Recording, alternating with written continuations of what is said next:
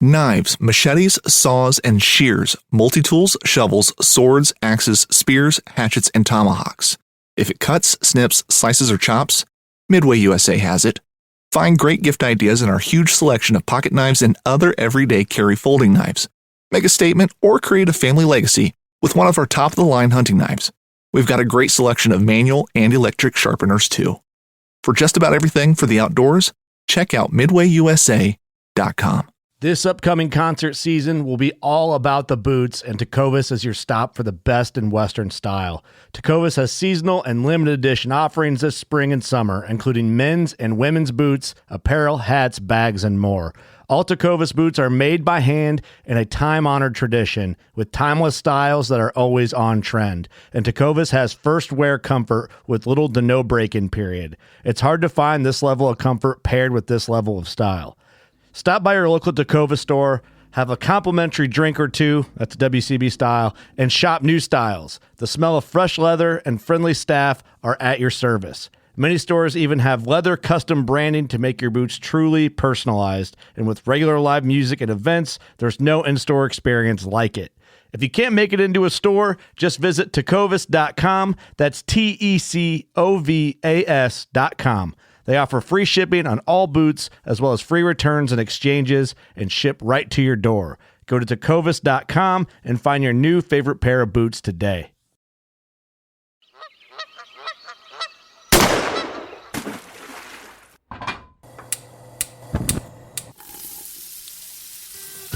Join Justin Townsend and the Harvesting Nature crew as they explore the world of cooking wild fish and game while sharing recipes, tips, tricks, and lessons learned from their pursuit of wild food.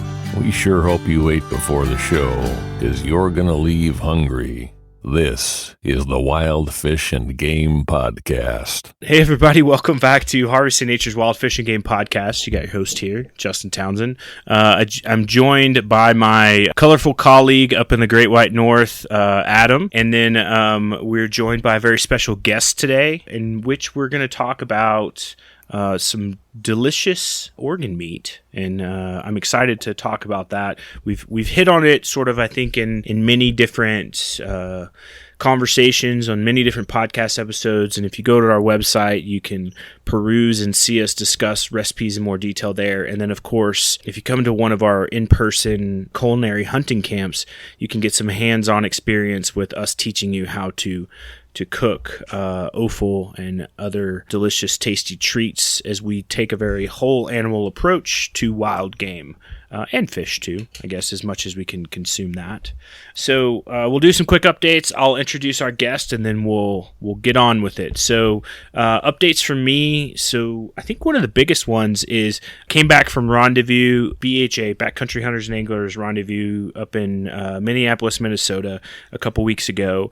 And there I met now one of our new field staff riders from Missouri, and he posted a cool recipe on his Instagram page that he was making that is red bud jelly. And so red bud is a tree that populates a lot of the United States, North America. Adam, do you guys have them up there? We have them where I grew up in southern Ontario, but I'm further north now, and I know of one or two in like an arboretum, but I don't think they grow often this far north. But I've seen a couple when I was growing up. So I was inspired by Paul's recipe, and he took his kids out and they harvest. And so essentially you take the buds, the red buds off the red bud tree before they fall off or do whatever, and you take them and you soak them and make a tea out of them over 24 hours, and then mix them with some lemon juice and some sugar, and you end up with this delicious pink cotton candy, raspberry cotton candy is the flavor my daughter described it as, jam. So I, based on Paul's recipe, I created that in the kitchen.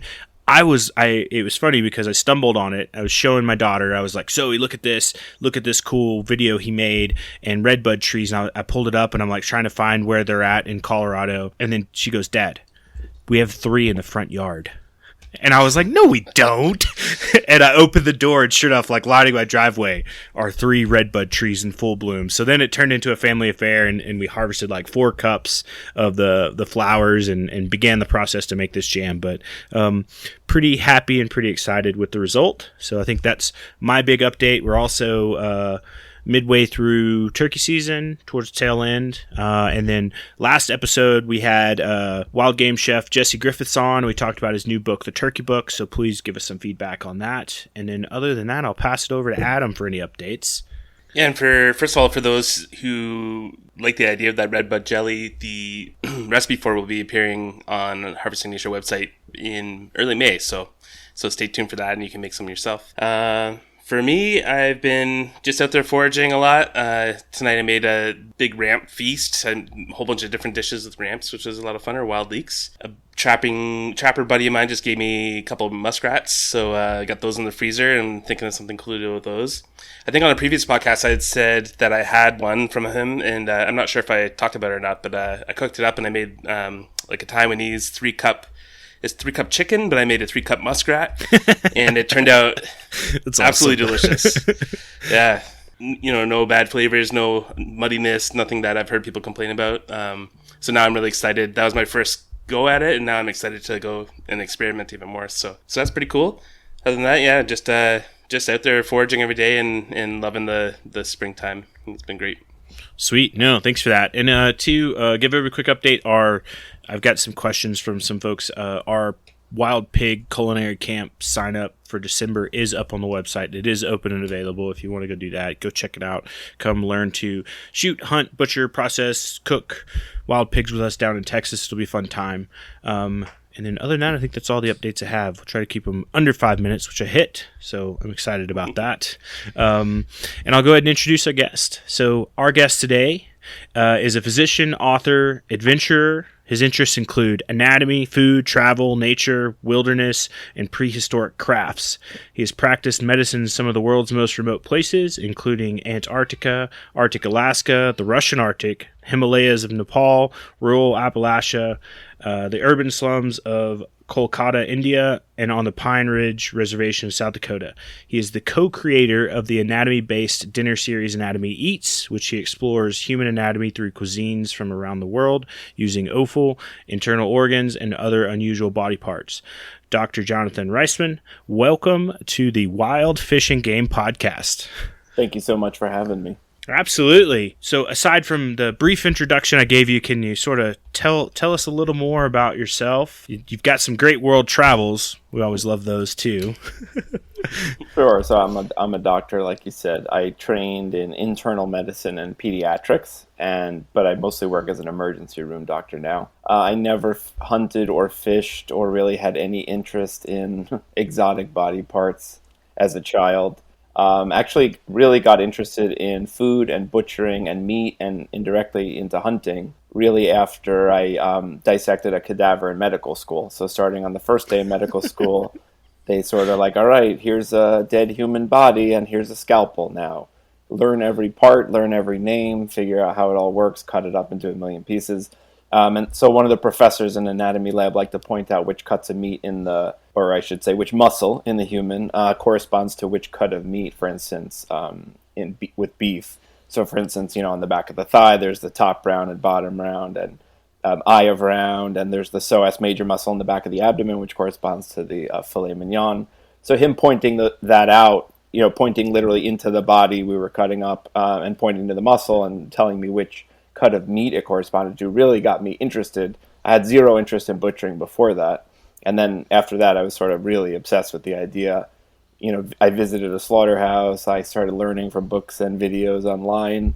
And then indirectly, that led to sort of a desire to harvest my own meat, harvest my own organs. So ended up bow hunting and rifle and shotgun hunting soon after that.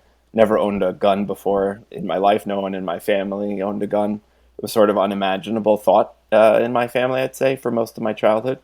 But now I own several guns and have an interest in hunting and other things. So, but indirectly, I got interested not only in the cuts of meat, but in the internal organs too, because those were sort of the things I was learning about. And it was sort of fascinating to think about how the same organ I was learning about was, let's say like the liver. I learned 1,000,001 things about how the liver works in medical school, and had to memorize it and all the names of the parts of the liver and all the biochemistry and the physiology of how it functions and keeps us alive. And then, the thought that was the same thing that ended up, let's say, in the chopped liver that my family would serve at holidays, which I never ate and was never interested in eating. Until then, I got sort of reinterested in it when I realized it was the same liver kind of that I was learning about, though from an animal, not a human. So that just sort of set me off on this interest in internal organs. There's still my daily job is focused on people's internal organs and figuring out what's wrong with them, and are they healthy, are they diseased, how to make them better if they are diseased. And so sort of, animal organs are very similar to humans. And so I kind of got interested in, a different relationship with those same organs, basically knowing how to cook and eat them, but also sort of traveling the world and seeing how different cultures cook and eat them as well. Sure. It's funny, our butcher extraordinaire, Adam Steele, at the pig camps that we do, he's a really good butcher, and he's constantly pointing to his own body when he's explaining how to cut up these wild pigs and showing where each part corresponds to your own body. And I found myself doing that a lot too. When I'm talking to people, it just makes you think about it kind of a different way, that you can feel the muscles in your own body and you can feel where they're at and how suddenly you understand a lot more how they're working inside the animal. I've always found that very interesting, the connection between the human body and the animals that we're cutting up. And once you're a butcher, you can't, or a doctor, I assume, you can't really separate the two anymore. It's kind of all the same thing, which has always been very interesting to me. I agree. And, dissecting a human is sort of similar to butchering in a way. You're starting with a whole and then you're cutting it into parts.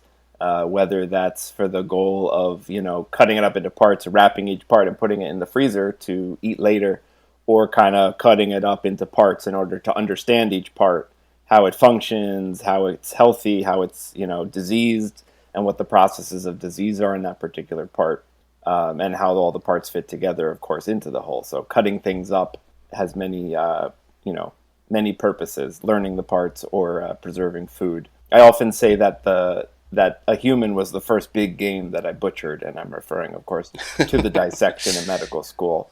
That was really the first animal I had ever cut up. I had actually skinned a few squirrels, roadkill. I had been interested in using skin to make things, but to really cutting up a large animal, my human cadaver in medical school was the first one that I ever did. Yeah. I guess what could you expound upon sort of your studies in nutrition, diets, anything like that you sort of looked at? Sure. So I'm certainly not an expert in nutrition, and it's interesting because nutrition has traditionally played a very minor role in medical education. There really was not much nutritional education. Mm-hmm. And for instance, at my medical school, the state school in New Jersey, I remember my year was either the first or the second that had this nutrition course added. It was very sort of mainstream, so I think some of the ideas are a little outdated in terms of sort of the medical establishment's nutrition advice, low saturated fat, low cholesterol, which, now we know has really no impact on the cholesterol in your blood, and other things. So I think a lot has changed. I think the nutritional science is in great flux these days, probably for, which is good because we can sort of actually figure out what's healthy and what's not. I guess I generally think of it, mainstream doctors, including myself, as generally ignorant of nutrition, and what works, what is the best diet to do. But I certainly know that, there's a lot of studies, you can certainly measure nutrient amounts in different kinds of foods, plants, vegetables, meat. And certainly in a lot of those studies, like liver, for instance, is always one of the most healthy, packed with minerals and other nutrients, parts of the body, including meat and including other high in iron and other vegetables. So liver is certainly something that's very healthy. I see a lot of people with iron deficiency anemia in the emergency room, especially reproductive age females who unfortunately lose iron every month through menstruation. So when I'm giving dietary advice to some people, I certainly recommend meat and especially liver. Most of them make a weird face when I say liver, but I figure someone's got to preach the gospel. So I try to encourage people and my own kids, of course, to eat liver. Yeah, we do. I incorporate it in, game liver as it comes in, whether we're preparing it with like a, boudin sausage or a pate or something like that. And I think my kids have grown accustomed to consuming it. But have you seen, or what are your thoughts? Like, I've seen sort of like these dehydrated, almost like vitamins, but they're organs and things like that. Do you think there's some value to it? Is there nutrition loss? Yeah, it's a great question. I think a lot of the nutrition should stay through the drying process. Certainly minerals or, metals like iron are certainly not going anywhere just from drying. Probably some of the water-soluble vitamins might be lost, though. I don't have science to back that up, but that's sort of just from my own understanding. But, I don't know. They're certainly all the rage. I see advertisements for them all the time, on Instagram. And I have a friend who got divorced, so was sort of dating again and wanted to, up his virility, I suppose. So he was asking me recently sort of like, what's the deal with these beef spleen capsules? Like, should I be taking them, or liver products or whatever? And I wasn't sure. I told him sure, and let me know if it works, because I don't have any other kind of frame of reference to know. I can imagine that it does, but I'm not sure. I have a friend that takes them, and he got away from even just like drinking coffee. He's like, I've kind of switched away from drinking coffee in the morning. I have like a cup of bone marrow or bone broth, and kind of like gets me going. And I take the liver pills or the organ pills, and I was like, it's interesting. It's an interesting topic and conversation. I think I'd always just rather eat them. And I think a lot of people are so scared of them because they remember that time their mom cooked liver and it was awful or disgusting, or but there's newer cooking methods or older cooking methods from other places that make these things so much more delicious that there's no need to actually eat them in powder form. You don't have to have like liver and onions. There's other ways to enjoy some of these things that are like a lot better than probably mixing into a gray smoothie in the morning or whatever. Right. I sometimes wonder, but the way they sell it as powders and pills, and you sort of like saying, I know it's gross, but if you ingest it this way, it will be, more doable. So just take it this way instead of the other gross ways, which obviously I disagree with, as you're saying, Adam.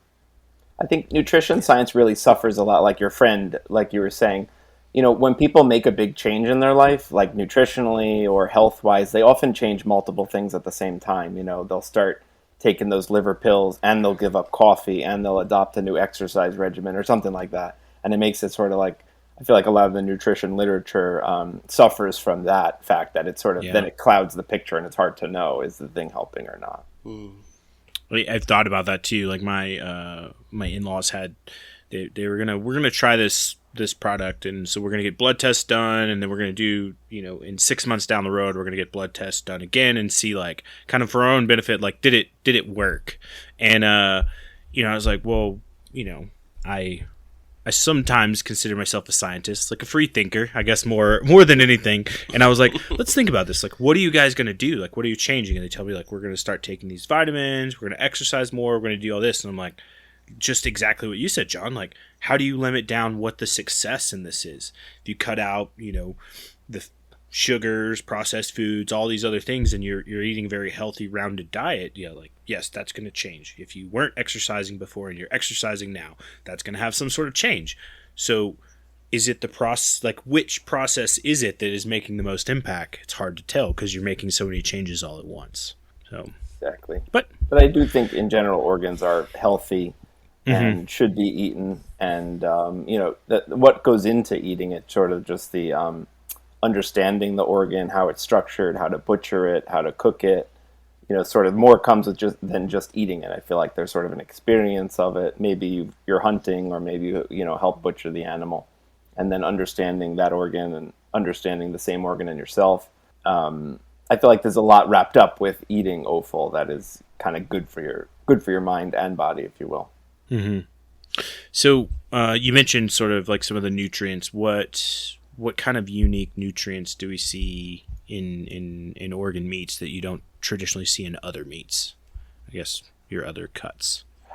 Well, to tell you the truth, I don't actually know a lot about the details of the nutrition of the internal organs. I mean, I certainly know that, like, let's say lungs have almost no fat in them, so they're very low fat. For not that I often recommend a low fat diet, but for someone who is looking for that, kind of lungs offer it versus kind of fattier parts of the body, like you mentioned, bone marrow. And there's sort of even more exotic ones like the caul fat. And just the fat from different parts on the animal, from the kidneys to the subcutaneous fat, and or even like the pericardium, the fat that's sometimes wrapped right around the heart of the animal, depending sort of how well fed they were in the last months of their life. Rendering that fat or using it in different ways certainly gives you different nutrients. But I kind of think they're all healthy in their own way. And certainly like the heart, is very similar to meat, obviously cardiac muscle and skeletal muscle, which is what we call, kind of all the other muscles that help move the skeleton, are very similar on an anatomic basis, under the microscope and a microscopic level, cellular and molecular level. They're very similar. So eating heart is pretty much like eating meat. And I think that goes for some of the other organs as well. We've talked, I think. I always found heart was... Go ahead, Adam. I know what you're going to say. Little delay on there. Go ahead. We always talk about heart being the gateway organ in terms of cooking and eating, because, like you said, it is very much just meat. And it's a little different. The taste is a little different. The texture is a little different, but it's a great way to get into eating organ meats. Where liver and kidneys might be a bit of a challenge to step directly into it, but heart is an easy one, and it's so easy to identify. Everyone knows what it looks like. It's easy to pull out of an animal. It's always what I kind of tell people to try first, and then move on to the next couple maybe more challenging ones. I like that phrase, gateway organ, and I agree that the heart is a good one. I do think sort of like when the general public who doesn't eat a lot of offal thinks of eating organs, the main one they think of is liver, just because there's a bunch of cultures that have it prominently, and it's kind of the organ people have most heard of eating. But it does have sort of the strongest taste, among internal organs. So I feel like that combination of people like, well, I don't like liver, therefore I just don't like organs. So, circumventing the liver, going right to the heart is probably a better idea for the average person. One thing too, as you mentioned, like the availability and commonplace of seeing liver. Like you can go to the grocery store and you walk down the meat aisle in most, and you're going to see, some sort of packaged liver there as well. And I think heart and some of the others, I've seen them in like international markets or like Latin markets or Asian markets or, even Middle Eastern and African markets. But I don't think you see them commonplace in others. Even I was in one of our Middle Eastern markets the other day, and there's like in the meat case just a big pile of tongues, and I was like, "This is awesome." But I don't know that the average person walking in would be as excited about the pile of tongues as I was. But it's cool to see, and as we talk about sort of traditional food consumption and the deviation of that, and I think maybe the availability of other cuts, the skeletal muscles, as you mentioned, and the availability of the sort of prime cuts that people like has changed over time. Yes, very much. The 20th century saw really amazing changes in people's diets. Not only, partly just because the meat industry, which is something I've researched a little bit, just changed so much, became so much more industrialized and efficient. And, the science of everything from nutrition to treating animal disease advanced so much. So, we're so much better and more efficient at producing huge amounts of meat. And you can almost, buy any cut. And butchers generally aren't getting a half a side of beef these days. They're getting a box full of ribeyes or a box full of whatever cuts or organs that they ordered. So everything's really changed, that people are very divorced from what you get when you cut open a whole animal. You get a bunch of skeletal muscle, but you get all these organs as well, as butchering moved from people's backyards into sort of more industrial facilities. So in a way, people were more and more removed from the fact that their meat even came from the body of a dead animal originally, and that there were a bunch of kind of organs inside that same body. So people got more and more divorced from the source of their food, but it does feel a bit like we're living through a kind of a golden age, I think, with the help of social media and Instagram and podcasts like yours that are sort of trying to reintroduce or go back and rediscover all those interesting things. I was sort of led to that through medical school by learning about the organs in humans first, but people can have different paths. But I think it's a really great thing to sort of reconnect with where our food comes from, of course. Yeah, absolutely. And do you have any sort of like tips or tricks or suggestions for people that are interested in looking for ways to incorporate organ meat more into their diet?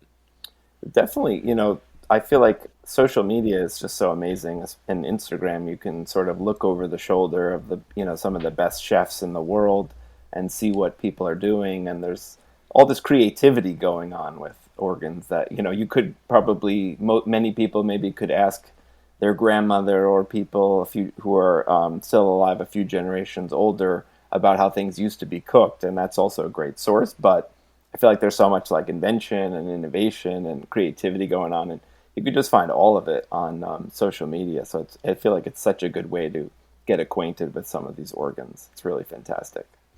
I like it. We're going to do the hashtag gateway organ in the heart. So we do the hashtag. Midway USA brand product designers have one straightforward goal: develop high-quality, technically sound products and deliver them to customers at reasonable prices. If you are immersed in the shooting sports industry and pay close attention to every single detail, you know our products are built right and stand up to everyday use. Who has shooting mats and range bag systems to hunting clothing and just about everything for the outdoors? Log on and shop 24/7 with super fast shipping. MidwayUSA.com. Fishing like a local isn't just about catching fish. It's about connecting with the environment and the people who call it home.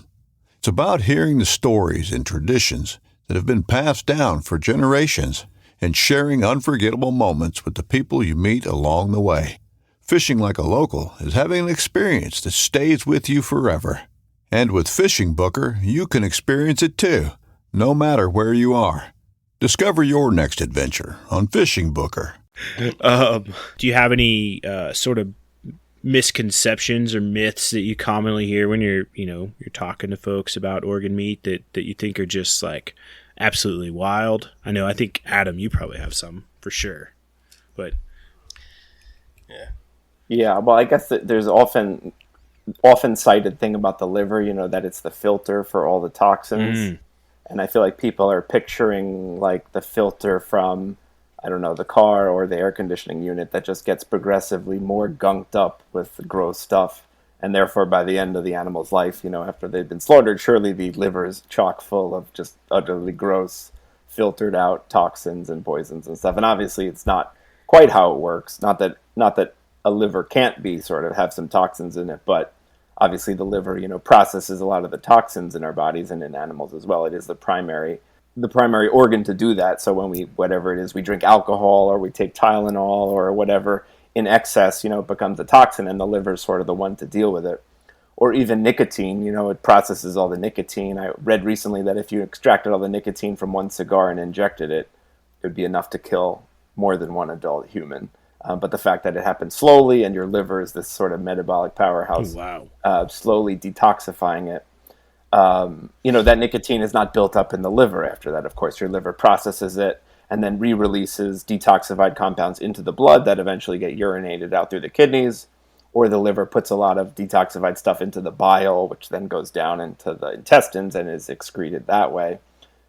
So that's one thing that I think people assume, that the liver is just this gross filter, when actually it sort of processes toxins but then releases them. So it's not sort of full of those gross things. That's a good, yeah. There seems to be like a general thought for people who are intimidated by organs that they're dangerous to eat. That eating, and some people I've posted stuff with liver, kidneys, and people are, in all caps, commenting underneath like, "Oh my God, you're gonna die eating that kind of stuff. Like, it's so dangerous." And there just doesn't seem to be any sign of the danger. Like, I know that eating a polar bear's liver is dangerous. Correct, yes. I'm not sure about many other ones, or maybe a diseased liver that is quite obvious when you pull it out of an animal if it's spotted or discolored. But I think one of the major myths it seems to be is that people have this fear of organ meat. It's true. And they think it's going to harm them if they eat it. Right. I feel like there's this question, like, can you eat that? To some part of the body, people often ask. And I often say, as I learned in medical school, every part of the body is edible, except sort of the teeth or the bones that are going to sort of injure you when you try to eat them. But other than that, it's all just protein, carbohydrate, and fat. So, as long as it's not toxic, obviously, like you said, polar bear liver, which has high levels of vitamin A, and can give you a vitamin A overdose, which can actually kill you if you eat too much of it.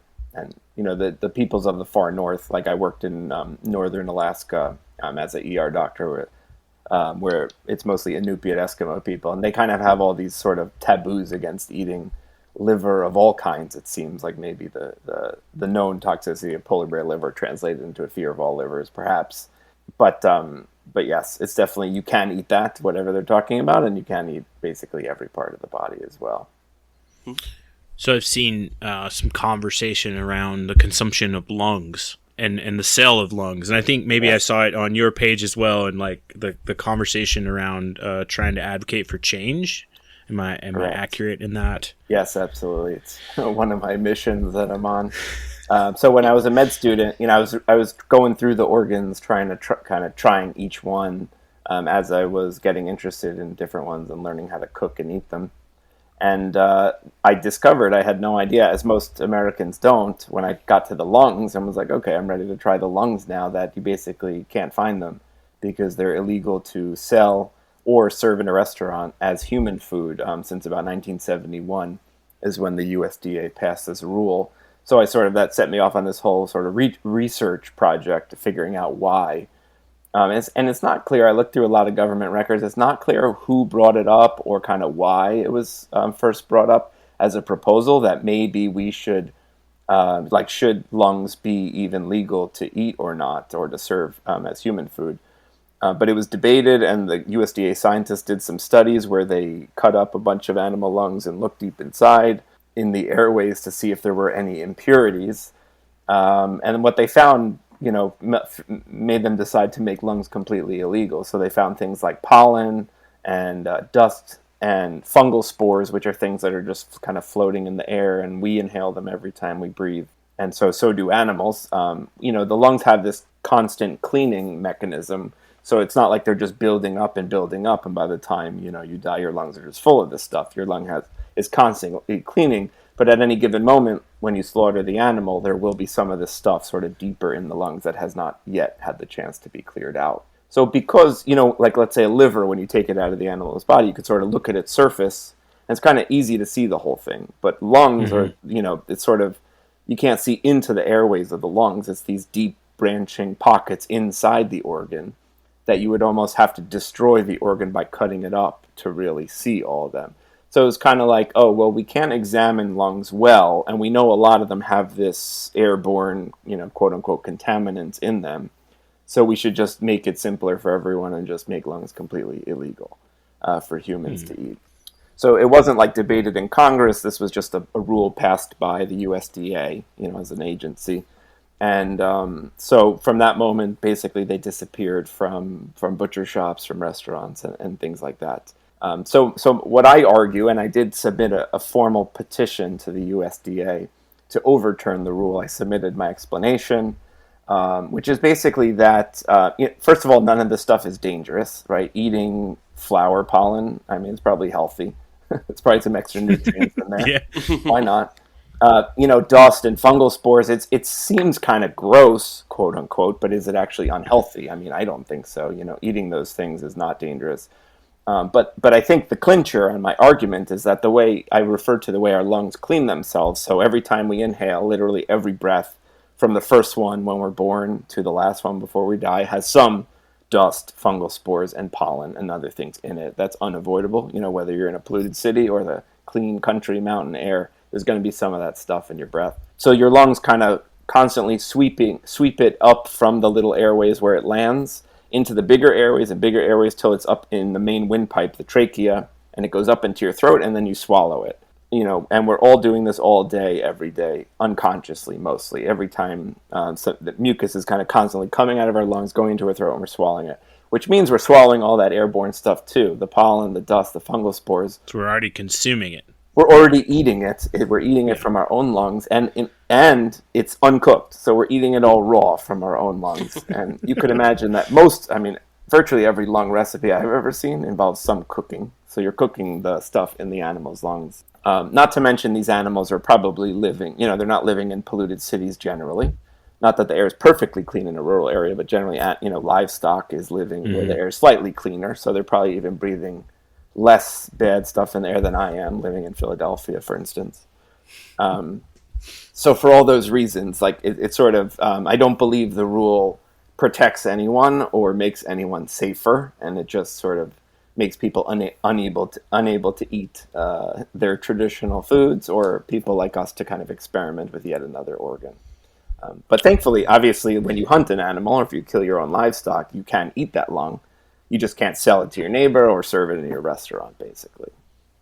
So I haven't heard back. They said they'd get back to me in a few months, but the USDA still, the slow wheels of the bureaucracy are turning. But hopefully they'll get back to me soon. It's interesting because in Canada you can buy lung. Really? I purchased like the whole pluck, like the lung, liver, heart from butchers to make haggis before. Oh, interesting. Yeah, and it's a perfectly okay thing to do here. And it doesn't happen too often because not a lot of it. Like whenever I go into a butcher and ask for lungs, if I don't have any from a deer or whatever I've been hunting, they kind of are like, "Oh, really? Okay, well, we can order that in for you." But so even if the law was overturned, it's not like droves of people are going to be going and buying lungs right away. Maybe all the Scots might be, but it's not something that's eaten very, very regularly, anyways. But it's interesting that we're so similar, just sharing a border here, but we've never had problems with the lungs up here at all. So that is interesting. I mean, I think that's one reason this silly, unscientific law stayed on the books is because there's no great public outcry or movement to overturn it, obviously. Mm-hmm. I heard one lawyer I spoke to called it regulatory inertia, where things just stay laws because, there's no great funded effort to overturn it. So is it actually legal in Canada? Because I guess I heard it was illegal just like in the US, but is it possible like the butchers just selling it and enforcement is not that, consistent? Potentially. I haven't looked at the actual laws, but there was no question. I bought it twice from two different butchers. They just ordered it without any questions, so I just assumed it was legal. I read it was illegal in Canada, but I did not look into it like in any depth as I did with the American law. So, but that's interesting. But I'm glad you have access to it. Yeah, I'm trying to think if I've ever consumed liver. I don't think, or not liver, lungs. I don't know that I have. They're strange. I mean, it's a very unique texture. It's sort of spongy. Obviously, the lungs are mostly air. By volume, there's more air than tissue. And the tissue's these very thin, kind of dividing membranes sort of between different parts of the lung. So it is very unusual. I've tried cooking it several times, and I'm not sure I've been very successful any of those times. I was going to ask if you had a recipe, but...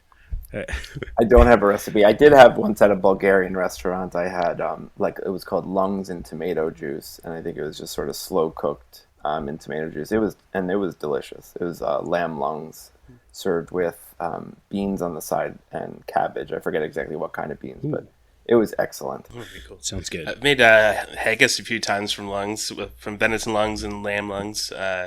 But it gets ground up into, with oatmeal, so you don't actually get the texture of it.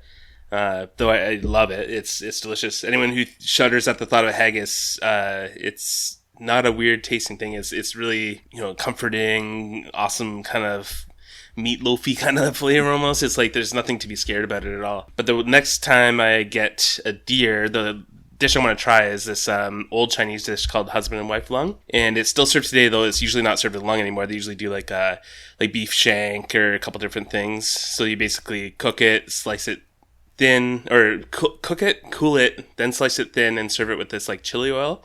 It's really like a fragrant kind of dish, and it's one of my favorite dishes of all time. So I'd love to just actually do the very traditional recipe where it used to be made with lung. So that's up next on my lung roster. That's super cool. Huh. I have heard of that husband-wife soup. I heard you can, there's a black market for lungs, like on the West Coast, to cook on the West Coast of the U.S. to cook that dish specifically, which is popular among some Asian populations. So I haven't tried it, but I look forward to hearing your notes on your experience. Yeah, absolutely. Yeah, me too. It's worth noting that the kind of haggis, which is a big export of the UK, of course, was kind of the only force, I think, pushing the U.S. government to change the law against lungs, because they wanted to be able to export their traditional haggis, which has lungs in it. And the U.S., I think every time some trade representative from the U.K. visits the U.S., they meet with the USDA to talk about that law. And they basically the U.S. government has said, if you can present us a scientific study showing that lungs are not dangerous, we'll consider overturning it. And obviously, a study like that would take 20 years and millions of dollars. Yeah. So nobody's embarking on it. So I just made some scientific arguments with, I can't prove that it's healthy, but I think there's no scientific reason to believe it's dangerous. So we'll see when they finally answer my petition. We've kind of hit on this a little bit. Do you find that with most of the internal organs? Like, are there any people should stay away from? Not necessarily. I think just, no. I mean, I think people should investigate and try all of them. Sometimes I think, for instance, like kidneys, a lot of people who have told me they've tried kidneys said it just smelled and tasted so overpowering that they couldn't handle it and would never try it again. And I wonder, because I feel like every time I've had kidneys, let's say harvested from deer I've hunted or any other animal, I've never noticed that strong a taste. They have like a very faint taste, similar to liver, but very faint. So I kind of wonder if it was sort of like maybe in the handling, or maybe it just was a little like an older kidney past its expiration date once it was taken out of the animal. I'm not really sure if it's something just different between animals that makes some of them taste very strongly. But I'd avoid those, I guess. I wonder too if it's a lot, like you mentioned, the field care aspect of it, because when you think about like, and this is just, I think, being human nature as a hunter, of just like as you stack things up, like, all right, I'm going to take the loins off. I'm going to take the tenderloins off. I'm going to take the back quarters. I'm going to do this. And like, oh yeah, heart, liver, kidney, caul fat. Like, I'll kind of get that. Well, I'll just get the Ziploc bag and I'll just throw it all in there. And like, did I poke the stomach as I was like gutting it, or did I drop everything in the dirt and then try to pick everything off, or did it set in the sun while I peeled off everything else? I think those oftentimes when people tell me about the unfortunate flavors that they find in their game dishes, I usually will point to, well, how did you get it from the field to your house? Like, what was that process? Let's talk about that. What was the temperature? What was, let's have some in-depth conversations. And I'm wondering too, depending on people's ranking order of, skeletal muscles versus internal or organs, like where does that fall in a person's choice? Yeah, I do think that's important. I guess people talk a lot about sort of like the endocrine system of the animals, or the hormones that are surging through them. If it's the rut, let's say, I feel like a lot of off tastes get blamed on hormones. And for instance, there's the hormones of the rut, sort of testosterone, and other ones related to that. And then there's the hormones of kind of fight or flight, like adrenaline, epinephrine, when an animal's being chased or hit with an arrow or a bullet. Obviously there's surging of those hormones, and cortisol and other ones. I guess I've looked into that a bunch and just never found anything consistent about it. So I often think we're blaming things on hormones that maybe have more to do with like what you're talking about, like how long it took you to get the animal home and chilled. It's so different from the meat industry, where animals are just chilled like instantly upon being killed. They're in these very cold slaughterhouses and they just start sort of cooling down right away. And that's just not really possible when you're in the field hunting. Yeah, too. And I think,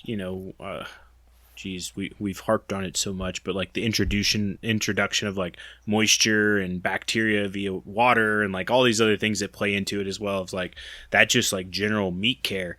And I always tell everyone, when that comes up in conversation, it's like, though I don't always agree with the giant mass production of meat the way it is, they've refined a system to produce a quality product. So we as wild game butchers can look at that and say, oh, well, they keep their room very cold. Oh, they hang their meat for 24 hours. It's very cold. They don't dunk it in water. Like all these things we can sort of follow as practices. We're not participating in any sort of industrial farming or industrial butchering, but the practices they've deemed safe for a reason, and that's going to help flavor and palatability and even ease of butchering. So like, yeah, we could probably learn a thing or two. So when you tell me you soaked, the back quarter of the deer in an ice bath for 36 hours on your back porch, I'm going to raise an eyebrow at you naturally.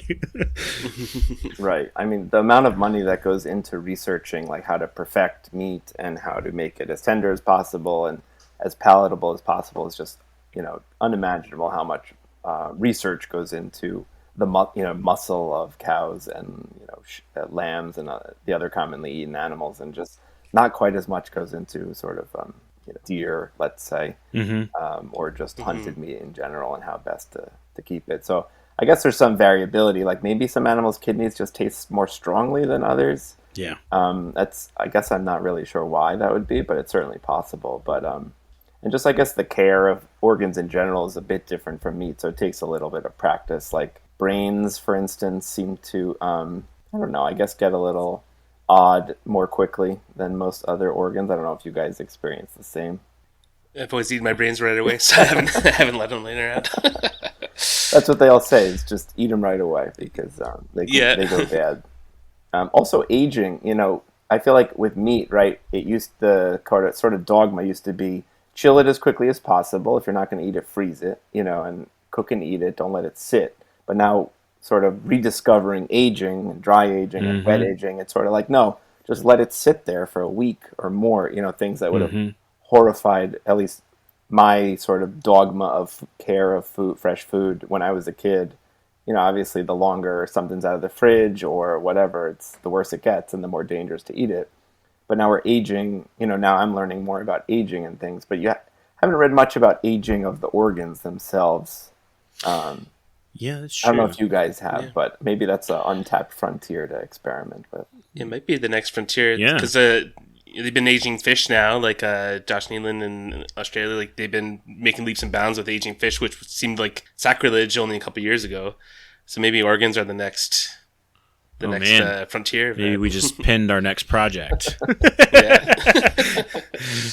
Collaboration, of course, John. I think you guys can run with that idea for sure, but I'm curious what you find. No, that's, I think too, and probably a good point of where we could find some good information is start to look back at like some older culinary text on like curing and meat preservation, and I bet you we would find something that was lost when someone's great grandfather immigrated from someplace across the ocean, or even locally with indigenous cuisine as well. I wonder too. Yeah, because you got to think. I think about like Native American cuisine, and what always pops in the head is like your buffalo hunting tribes of the plains, and like the mass consumption of all types of organs there, and like did everything get eaten at once, or did we save some stuff for later, and how did we do that? Definitely. I did read about some of the most interesting kind of native culinary stuff related to organs comes from the far north, of course. The writings of Peter Freuchen, who was a Dutch guy who spent a lot of time, or Danish guy, I think, who spent a lot of time in Greenland. Among other things, the Inuit have practices of burying meat and other foods sort of underground for 6 months, a year or more. And he did talk about, I think, walrus. There was a dish of walrus liver where basically it was buried for long enough that when they dug it up, it looked and smelled like green cheese, he said. And he said it was delicious, actually. So, but his writings are actually fascinating. There's another dish where the Inuit would take a seal skin and so skin it off the animal as sort of one big pocket. I think it's called giviak. And they would stuff whole birds with feathers, ungutted, unplucked out and everything, just stuff it full of these birds, tie the skin shut as a big sack of, whatever it is, 40 to 50 birds, and buried underground. And then they would dig it up, and basically everything would be the same consistency when they dug it up. Bones, meat, organs, even the feathers were a bit, could be smeared a bit. And the most delicious part of the whole thing, he said, was in the birds, in their chests, so actually in the sack around their heart. A lot of them, when they died, I guess, had a trauma to the chest, and it caused bleeding into the pericardial sac. We call that cardiac tamponade, or a pericardial effusion. He said that blood, that little like chunk of blood inside the pericardial sac right around the bird's heart, was like the most delicious part of the whole thing. I think he might have also compared the taste to cheese. I feel like he compared every taste to like very stinky cheeses. Maybe he just missed cheese a lot. True. There's not a lot of cheese in far northern cuisine. I know. That is true. But definitely some of the most anatomically interesting foods do come out of the far north, and preservation especially. They were excellent at preserving everything. Yeah, I think it's fascinating. I've read a lot about like the consumption of just fat there as well. The lack of some of those presence of fat in other foods that they traditionally consumed just led to like, we're gonna have some fat. And it's like, well, that's awesome. Right, that's the meal. So, yeah, it is interesting. Some of the patients I met, when I worked in Arctic Alaska and had a lot of Inupiat Eskimo patients, and they would say, "Oh, my doctor tells me, to cut down on my fat intake, but I grew up with this diet that was basically sort of 50% fat or more, of all calories came from fat." So there's a little bit of a kind of tension there, which is quite interesting. Yeah, that is interesting. When you need mealtime inspiration, it's worth shopping Baker's, where you'll find over 30,000 mouth-watering choices that excite your inner foodie. And no matter what tasty choice you make, you'll enjoy our everyday low prices, plus extra ways to save, like digital coupons worth over $600 each week. You can also save up to $1 off per gallon at the pump with fuel points. More savings and more inspiring flavors make shopping Baker's worth it every time. Baker's, fresh for everyone. Fuel restrictions apply. Hey, it's Kaylee Cuoco for Priceline. Ready to go to your happy place for a happy price? Well, why didn't you say so? Just download the Priceline app right now and save up to 60% on hotels. So whether it's Cousin Kevin's Kazoo Concert in Kansas City, go Kevin, or Becky's Bachelorette Bash in Bermuda, you never have to miss a trip ever again. So download the Priceline app today. Your savings are waiting. Go to your happy place for a happy price. Go to your happy price, Priceline. So switching it up just a little bit, you mentioned you got into hunting, and I apologize if I missed if this was already a question, but like how has your involvement in hunting kind of opened up more experience with organ meat, and then do you have a rank list, your favorites, kind of those two questions to Sure. kind of close us out.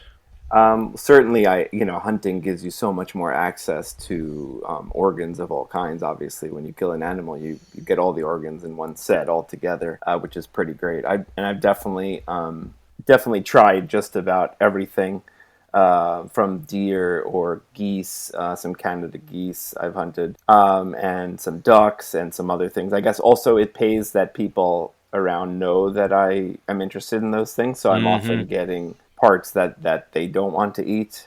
I got a black bear's heart the other day from a nurse in the rural Pennsylvania hospital where I work. Him and his family go bear hunting every year, which was pretty great. Actually, one time a doctor was coming to the ER to relieve me. He was on the shift after mine. He hit a bear on the way and killed it. Luckily, his cousin was a butcher, of course. So his cousin came out and made like hundreds of pounds of steaks and roasts and hamburgers, and I got some of it, of course, because he was late on that shift. So that was an even trade, I think. But definitely just even like not hunting myself, but people knowing I'm interested in these foods and having a lot of hunters around me.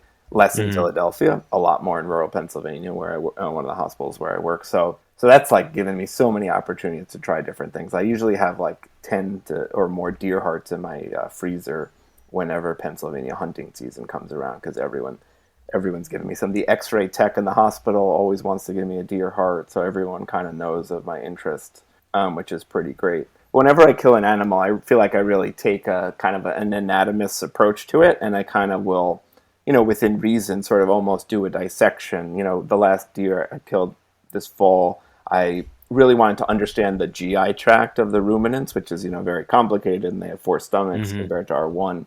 So I kind of did a very detailed, examination of the different parts of the GI tract, the different stomachs, and kind of what the food contents looked like in each. And you could tell how the food was slowly being digested as it moved from one to the next. What it looks like in the first stomach is almost unchewed grass, and in the last one looks much more digested. So I kind of like combine my, I'm a hunter and I love food, but also sort of my interest in anatomy tends to get combined whenever I kill an animal. So, but I would say in terms of my favorites, I guess I think my 2 favorite organs are, one is bone marrow, which I think is just super delicious. Oh, and yes. Yes. One I tried actually last summer. I was in France and I tried sweetbreads, and it was just calf sweetbreads. Yep. And it was, I think, one of the most delicious things I've ever eaten. They're so good. So good. And I guess those are sort of hard to find. I mean, or maybe impossible to find, I guess, in hunting, because we're not, the thymus, which is the sweetbread, is an organ sort of only present in young animals and children. It's kind of like the school where your white blood cells go to figure out what they should attack, what's an invading microorganism, and what they should not attack, which is like ourselves, right? So like, this is our own kidney, don't attack it. And when they do, it sort of becomes an autoimmune disease. So the thymus is sort of the school that white blood cells go to. In fact, T cells, we all have T cells.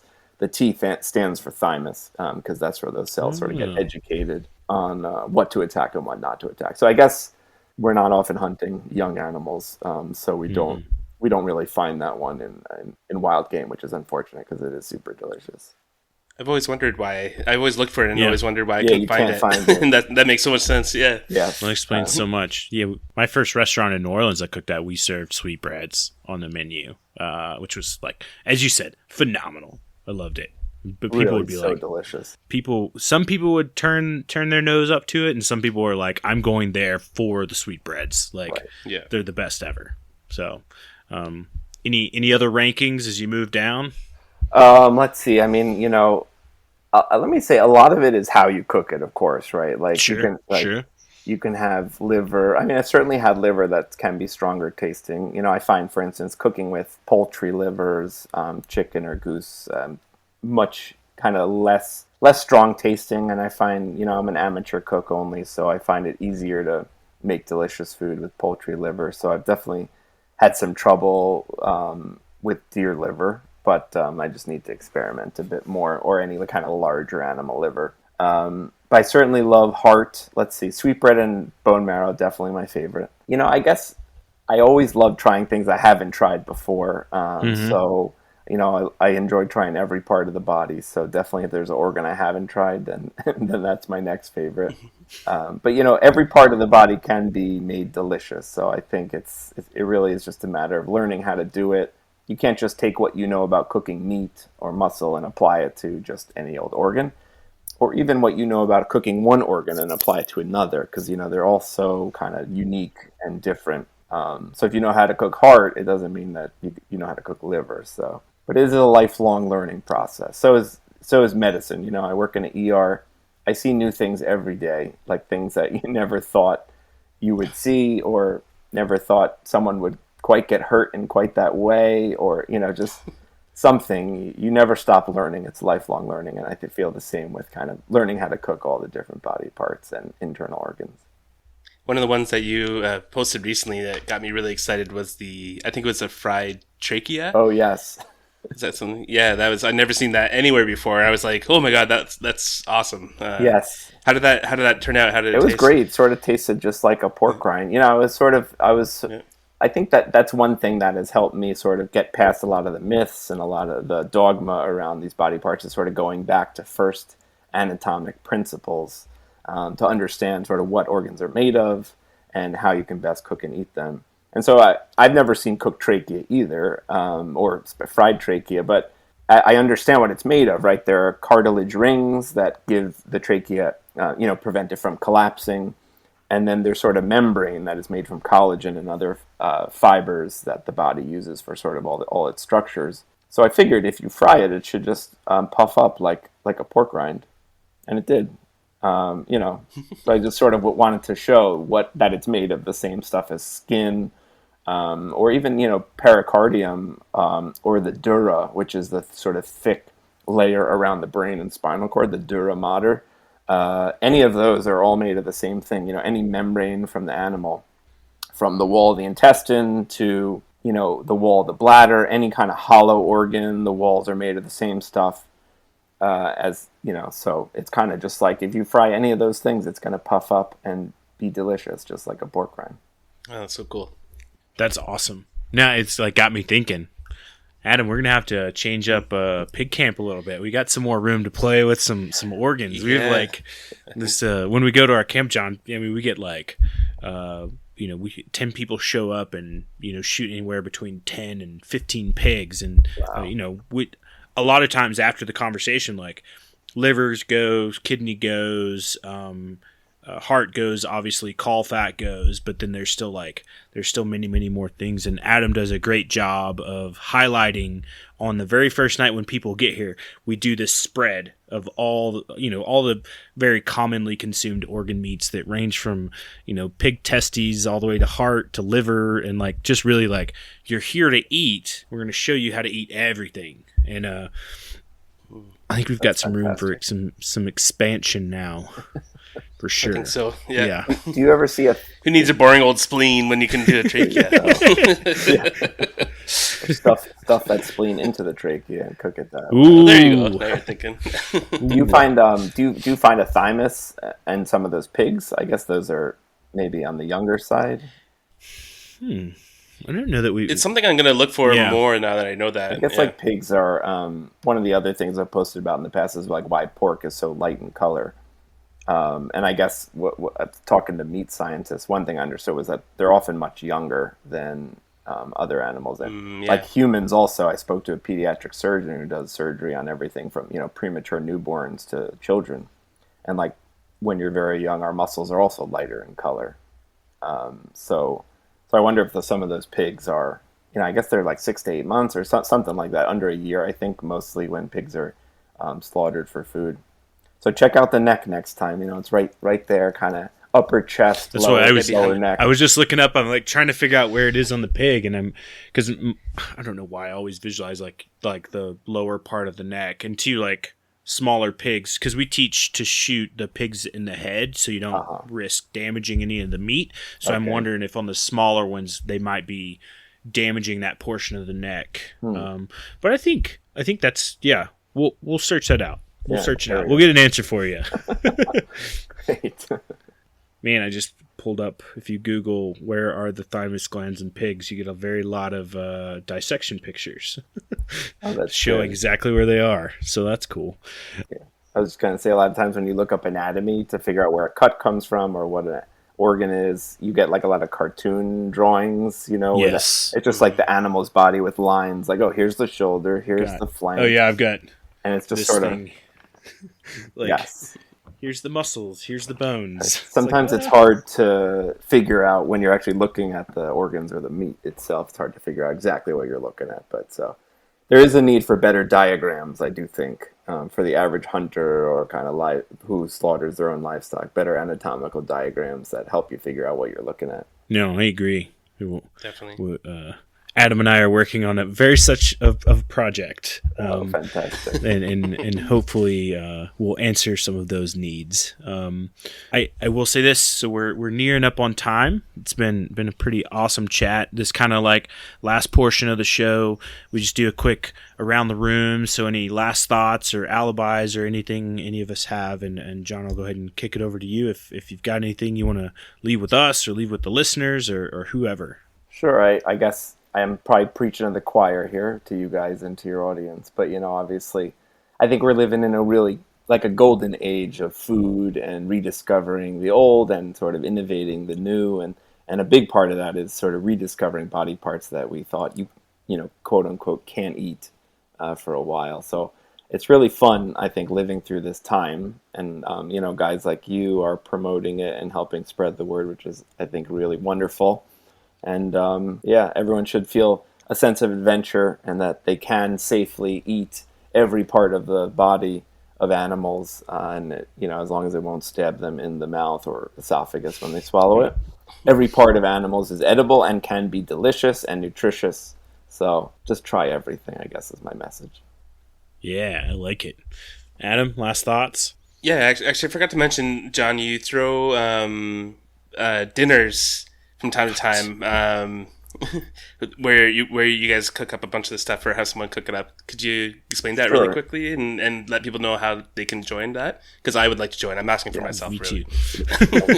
Yeah, so it's called Anatomy Eats, and I team up with different chefs. Most of them have been in Philadelphia, but others have been in various other parts of the country. So the chef picks either 4 or 5 course dinner each one features some interesting body part, like the ones we've been talking about, with some kind of creatively made dish. And while the people are eating that dish, I talk about the anatomy and physiology of that body part, explain some of the things I've talked on here, how it works in us in health and disease, sort of some stories from the ER, about, let's say, diagnosing a heart attack. And sometimes I'll actually even dissect that body part for the diners while they're eating. So like the heart, for instance, I'll cut open a cow's heart and point out all the valves and the ventricle walls and the different parts of it. And I did one recently where I had there was a brain dish, so I was dissecting a calf brain, pointing out the parts. This is the part that controls your face recognition, and this is the part that controls your heart rate. And so it's generally a pretty interesting dinner. It's not for the squeamish, of course. It's for people who are interested in trying interesting things, and perhaps even hearing some medical stories while they're eating. So it's definitely a self-selecting group. But you can learn more about us at anatomyeats.com, and Anatomy Eats is also on social media, Instagram and other platforms at Anatomy Eats. Nice. That's what I was going to ask too. What's the best way for people to connect with you? Is Instagram probably one of the best ways, and the website, or are there other good ways? Yeah, I have my personal website is jonathanreisman.com, but all the Anatomy Eats related stuff is at anatomyeats.com, and then on Instagram is a great way to get in touch. Nice. Well, I'm excited. I'm moving to the East Coast this summer, so awesome. you may see me on a guest list. No, thanks for coming on. This has been a great conversation. Appreciate the praise too for us kind of trying to get it out there more, to eat more sort of nose to tail, or I hate to use common labels, but it's the best I got right now. But I think there's value in it too. And, as hunters and anglers and people that really enjoy the outdoors, if we're thinking about it from a food perspective, like getting the most out of the animal really, pays a lot of respect to it. Like it's a resource. It's a living animal that you take its life to harvest and eat. So like, why not transfer some of that energy and nutrition as much as you can? And also too, if you come from a culture or heritage that traditionally eats it, try it with wild game. Give it a try, give it a go. If you like other cultures' cuisines, dive in like Adam does very well, and look at different ways to prepare different organ meats, and just try it out. I think John said it best. Just don't be afraid to taste everything, which is good. So thanks everybody out there for listening, and please go give John a follow and catch up on what's going on at Anatomy Eats, and make sure you're plugged into the Harvesting Nature stuff as well. And then whatever podcast platform you're listening to, please punch that 5-star button, leave us a review, tell us we're doing wrong, or tell us we're doing right. Thanks everybody, have a good night.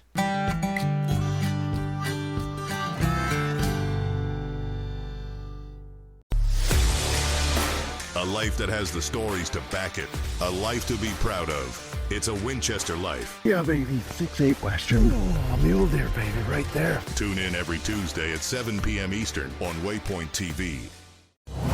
Brave anglers search for the one they call king, but who will take his throne? Tune in to Waypoint TV's Battle for Silver, Saturday, May 18th from 12 to 6 p.m. Eastern. Presented by Abyss Battery. Waypoint TV.